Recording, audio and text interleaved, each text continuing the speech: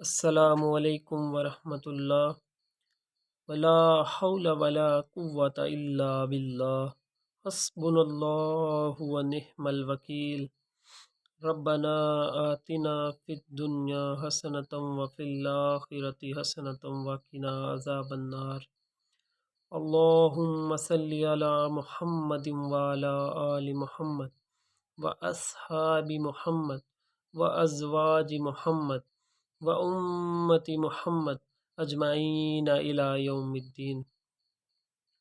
اچھا، میں نے ابھی ایک ویڈیو دیکھی ہے علامہ سمر اطاری صاحب کی، جس میں وہ انجینئر صاحب کے اوپر کہہ رہے ہیں کہ انجینئر صاحب نے کہا ہے کہ ماں تے شے کوئی نہیں، اور گالیاں دی ہیں۔ تو میں اس کی جو ہے سمر اطاری صاحب کو عرض کرنا چاہتا ہوں کہ آپ نے کیا وہ پوری ویڈیو دیکھی ہے کہ انجینئر صاحب نے اس ویڈیو میں کیا کہا ہے؟ اگر تو انہوں نے پوری ویڈیو آپ نے دیکھ کر رزلٹ یہ نکالا ہے تو پھر تو ٹھیک ہے۔ اگر آپ نے صرف کلپ کاٹا ہوا دیکھا ہے تو پھر پہلے پوری ویڈیو تے دیکھیں کہ انہوں نے کیا فرمایا ہے۔ ادھر سے تو آپ بخاری کی حدیث جو ہے رٹواتے ہیں کہ جو ہے حضور علیہ الصلوۃ والسلام نے فرمایا کہ اس وقت تک بندہ کامل مومن نہیں ہو سکتا جب تک اپنے ماں باپ، اولاد، جان مال ہر چیز سے، حتیٰ کہ اپنی جان سے بھی زیادہ مجھے محبوب نہ جان لے۔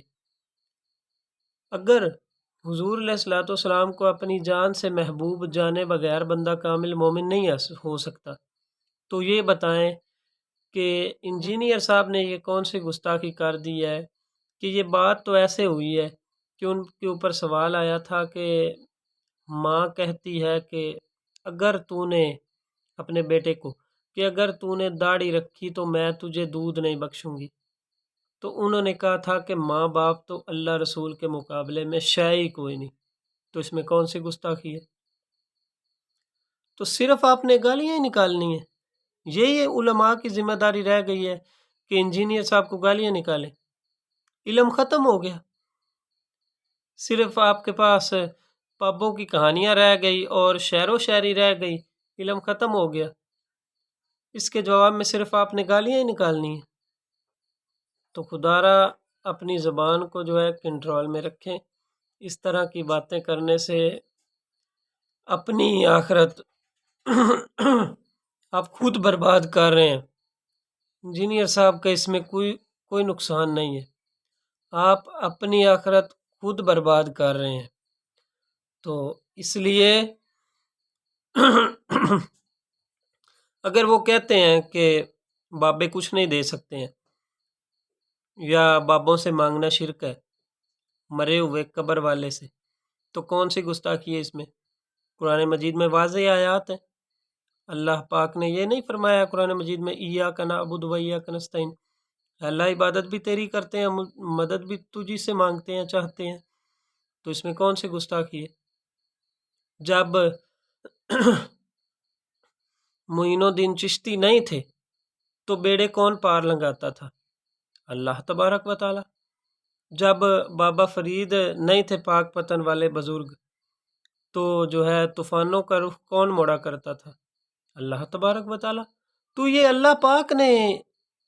اللہ پاک کی مخلوق ہیں جن کو آپ نے خالق بنا لیا، تو جو بابوں سے نہیں مانگنا چاہتا تو آپ کیا زبردستی بابوں سے اس کو جو ہے مانگنے کے اوپر، جو اللہ سے مانگنے والا ہے، رسول اللہ صلی اللہ علیہ وآلہ وسلم کی تعلیمات یہی ہیں کہ آپ نے اللہ سے مانگنا ہے، تو آپ اسے کیا یہ کہنا چاہتے ہیں کہ کسی بابے سے جب تک یہ مانگے گا نہیں تو یہ کامل مومن نہیں ہو سکتا؟ تو یہ تو اللہ رسول کی تعلیمات نہیں ہیں۔ اللہ تبارک و تعالیٰ نے واضح آیات نازل کی ہیں کہ میرے علاوہ کوئی قبر والا دینے والا نہیں ہے، جو قبر میں مار کے چلا جائے اس کا دنیا سے تعلق ختم ہو جاتا ہے، تو یہ تو واضح آیات ہے۔ تو آپ نے جو ہے انجینئر صاحب کے اوپر زبان درازی شروع کر دی، تو خدا را بغیر تحقیق کیے کسی کے اوپر تہن کرنا یہ گناہ ہے، تو آپ اس سے بچیں۔ اور جو ہے اگر آپ عالم ہیں تو علم کا درس دیں، گالیوں کا درس نہ دیں۔